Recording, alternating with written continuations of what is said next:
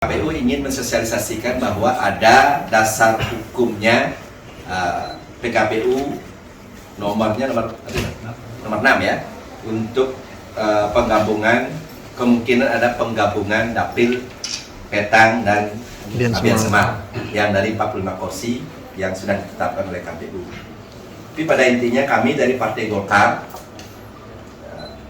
menolak penggabungan tersebut karena bagaimanapun secara filosofi kami sendiri yang juga mengusulkan permisahan dapil yang sudah diselenggarakan dan sudah dilaksanakan oleh KPU di tahun 2019, dan masyarakat khususnya secara menyeluruh menerima dan kenyataannya sudah berjalan dengan baik dan mengekspresikan menghormati filosofi masing-masing wilayah itu punya dasar hukum yang jelas untuk menghargai representatif masyarakatnya melalui wilayah masing-masing.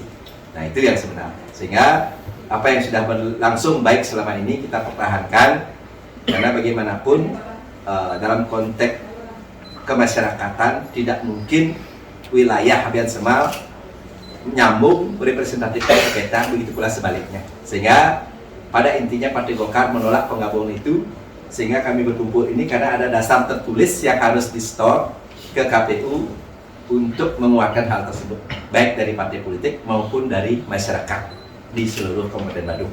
Nah, itu intinya pada teman-teman media, bahwasanya sekali lagi hal yang sudah bagus terlaksana dan disepakati oleh partai politik sebelumnya dengan 6 kecamatan yang ada adalah merupakan 6 dapil yang merupakan representatif dari masing-masing kecamatan yang ada, itu dipertahankan. Itu yang saya sampaikan khusus bicara tentang apa yang disosialisasikan oleh KPU kemarin.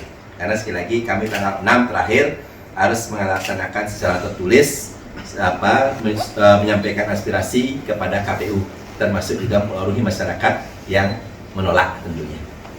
Mungkin itu yang saya akan sampaikan. Apa katanya pertimbangannya Pak Ketua? Pertimbangannya itu ada dasar hukumnya mereka karena jumlah kursi itu. Ya, sehingga ada penggabungan dalam tanda kutip jumlah maksimal per 12. Maksimal 12, minimal 3. Padahal kemarin per 30.000 jumlah penduduk itu sudah mendapatkan kursi minimal 3. Sehingga itu dasarnya kami kemarin Petang itu selama ini ada 1, ada 2. Kenapa kita tidak representatif masyarakat Petang yang 30.000, biarkan minimal 3. Itu deh. Nah, sekarang kalau digabung belum tentu juga Petang bisa mendapatkan lebih. Nah, bahkan bisa berkurang selama proses yang kemarin digabung gitu. Nah, maka ada hal yang menggelitik penambahan kursi kemarin.